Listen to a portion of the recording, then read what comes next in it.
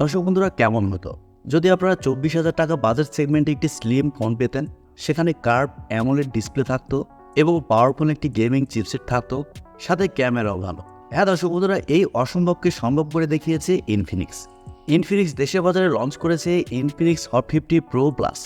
তারা এই ফোনটি একটি ভেরিয়েন্টে লঞ্চ করেছে 8GB র্যাম 256GB রম, আর এর প্রাইস রাখা হয়েছে 23,999 টাকা বা 24,000 টাকা।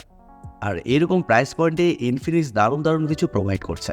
সো দেশের বাজারে যেহেতু ইনফিনিক্স এই ফোনটি এরকম প্রাইস পয়েন্টে লঞ্চ করেছে, সেহেতু এই ফোনটি আসলে এরকম প্রাইস পয়েন্টে কেমন হবে, ফোনটি কি ভ্যালু ফর মানি হবে, এই সবগুলো বিষয়ে জানার চেষ্টা করব আজকের এই ভিডিওতে।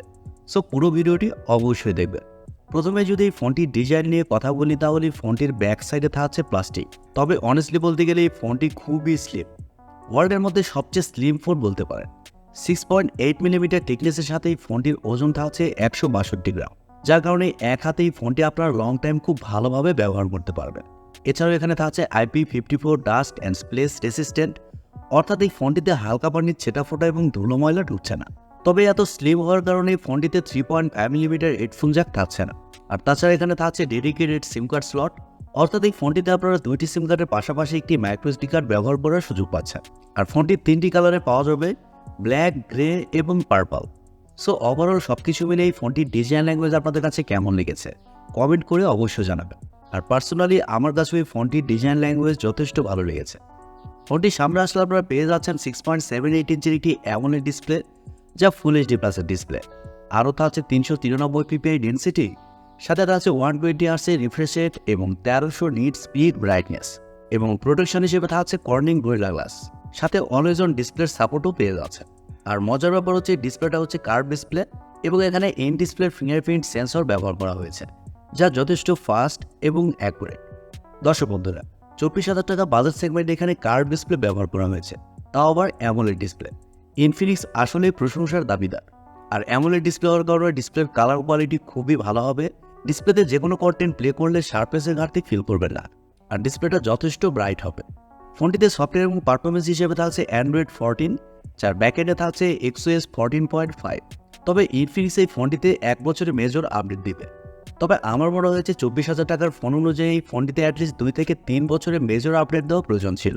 অ্যান্ড্রয়েড আপডেটের বিষয়ে ইনফিনিক্সের নজর দেওয়া বেশি প্রয়োজন। আর ফোনটিতে চিপসেট হিসেবে থাকছে MediaTek Helio G100 চিপসেট, যা 6nm আর্কিটেকচারে তৈরি করা একটি 4G চিপসেট। আর এই চিপসেটটি আপনারা ইনফিনিক্স হট 50 এবং হট 50 প্রোও দেখতে পেয়েছেন। আর আগে বলেছি দেশের বাজারে এই ফোনটি একটি ভেরিয়েন্টে লঞ্চ হয়েছে 8GB র্যাম 256GB রম, যার স্টোরেজ টাইপ হিসেবে থাকছে UFS 2.2 এবং র্যাম টাইপ হিসেবে থাকছে LPDDR4X। দর্শক বন্ধুরা, MediaTek Helio G100 এই চিপসেটে কিন্তু মোটামুটি ভালো একটি চিপসেট। আর এরকম প্রাইস পয়েন্টে গেমিংয়ের জন্য এই চিপসেটই ঠিক আছে। ডে টু ডে ইউজিং পাশাপাশি মাল্টিটাস্কিং সহ অন্যান্য কাজ এই ফোনটিতে খুব ভালোভাবে করতে পারবেন, এদিক দিয়ে কোনো ধরনের সমস্যা হচ্ছে না। ক্যামেরা সেকশনে ফোনটির ব্যাক সাইডে থাকছে 3টি ক্যামেরা, যার মেন সেন্সর হিসেবে থাকছে 50 মেগাপিক্সেলের একটি ওয়াইড সেন্সর, যা f1.6 অ্যাপারচার, এবং সেকেন্ডে থাকছে 2 মেগাপিক্সেলের একটি ডেপথ সেন্সর, এবং আরও একটি থাকছে একটি AI সেন্সর।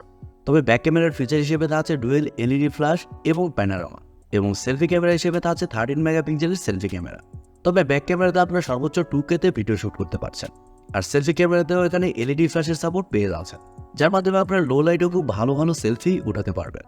আর এছাড়াও এই ফোনটিতে ওয়াইফাই, ব্লুটুথ, GPS, NFC-র মতো আরও অনেক ফিচার পেয়ে যাচ্ছেন। ফোনটিতে ব্যাটারি হিসেবে থাকছে 5000 mAh একটি ব্যাটারি, সাথে থাকছে 33 ওয়াটের একটি চার্জার। আর এই চার্জার দিয়ে 1 ঘন্টার মধ্যে ফোনটিকে আপনারা ফুল চার্জ করতে পারবেন। আর ফোনটির চিপসেট যেহেতু পাওয়ার এফিসিয়েন্ট, এর কারণে ফোনটিতে ব্যাটারি ব্যাকআপ যথেষ্ট ভালো পাবেন। নর্মালি যে ফোনটি থেকে আপনারা 1 দিনের উপরে ব্যাটারি ব্যাকআপ পাবেন। সো এবারে কথা হচ্ছে এরকম প্রাইস পয়েন্টে ফোনটি আসলে কেমন হবে। দর্শক বন্ধুরা, অনেস্টলি বলতে গেলে 24,000 টাকা বাজেট সেগমেন্টে ইনফিনিক্স যে প্রোভাইড করছে, তা অন্যান্য কোনো ব্র্যান্ডই প্রোভাইড করেনি। তবে প্রত্যেকটা ফোনে কিছু ভালো দিক থাকে, কিছু খারাপ দিকও থাকে। এই ফোনটির যেমন ভালো দিক রয়েছে, তেমন খারাপ দিকও রয়েছে। যেমন এই ফোনটির সফটওয়্যার আপডেট আর ক্যামেরা আরেকটু বেটার হলে ভালো হতো। তাছাড়া এই ফোনটির ডিসপ্লে, প্রসেসর, ডিজাইন সবকিছুই ওভারঅল ভালো থাকছে। সো আমার মনে হয় আপনারা যদি এরকম প্রাইস পয়েন্টে একটি ফোন নিতে চান, সেক্ষেত্রে এই ফোনটি আপনারা দেখতে পারেন। তবে ইনফিনিক্স আসলে ভালো কাজ করার চেষ্টা করছে, এই জন্য ইনফিনিক্সকে ধন্যবাদ জানাই। সো দর্শক বন্ধুরা, এই ছিল আজকের ভিডিওটি আপনাদের কাছে কেমন লেগেছে কমেন্ট করে অবশ্যই জানাবেন। আর ভিডিওটি বন্ধুদের সাথে শেয়ার করবেন। সবাই অনেক ভালো থাকবেন, সুস্থ থাকবেন। খোদা হাফেজ। টাটা।